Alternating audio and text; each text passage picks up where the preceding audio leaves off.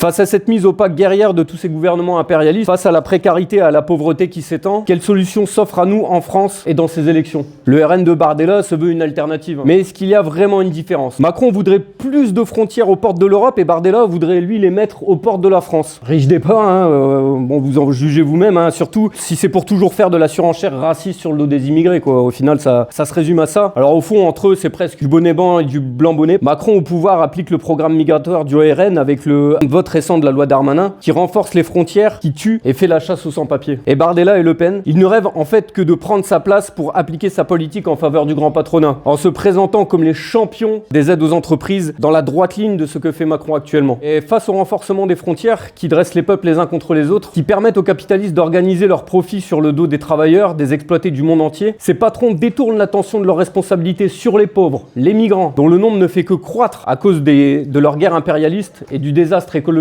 dont ils sont directement responsables. Et en fait, la concurrence, c'est un piège à chaque instant, quoi, parce que ça finit entre travailleurs, des fois, dans une même entreprise. Donc non, les frontières ne nous protègent de rien. Nous, travailleurs et travailleuses, les jeunes, nous n'avons rien à y gagner. Parce que ceux qui font fonctionner la société, et tant bien que mal, cette société capitaliste de bras, ce ne sont pas les patrons, les capitaines d'industrie, comme les médias ne cessent de les appeler, mais bien les travailleurs et les travailleuses, avec ou sans papier, peu importe la couleur de leur peau. Qui conduit vos bus, vos trains, fabrique vos médicaments, nettoie les rues et les bâtiments, fabrique tout en fait, de la voiture au smartphone, de l'Europe à la Chine. Bah c'est simple, ce sont les prolétaires. Moi, dans l'atelier où je bosse, mes collègues sont toutes origines. Bien sûr, la direction, elle cherche toujours à nous diviser. Elle fait des distinctions de salaire, de statut, CDI, CDD, intérimaire. Il y a des boîtes dans la boîte, les travailleurs qui bossent pour des filiales du groupe ou des boîtes de la sous-traitance. Vous voyez, même là, les frontières, c'est leur truc, faut que ce soit partout. Mais voilà, pour démonter un TGV de A à Z, démonter, le remettre à neuf et le remonter, chacun est indispensable. Malgré les coups de pression de la direction pour nous diviser, pour nous faire travailler plus avec moins, on peut compter sur les uns sur les autres. Et les patrons et tous les politiciens à leur solde voudraient nous faire croire, à nous, que l'ouvrier russe, que le réfugié palestinien ou syrien, c'est notre ennemi. Non, nous, on sait bosser ensemble, créer de la richesse. Seuls les travailleurs et les travailleuses sont capables de faire fonctionner correctement la société. Leur âge, leur origine, qu'ils soient privés d'emploi ou travailleurs qualifiés, ça n'a aucune importance.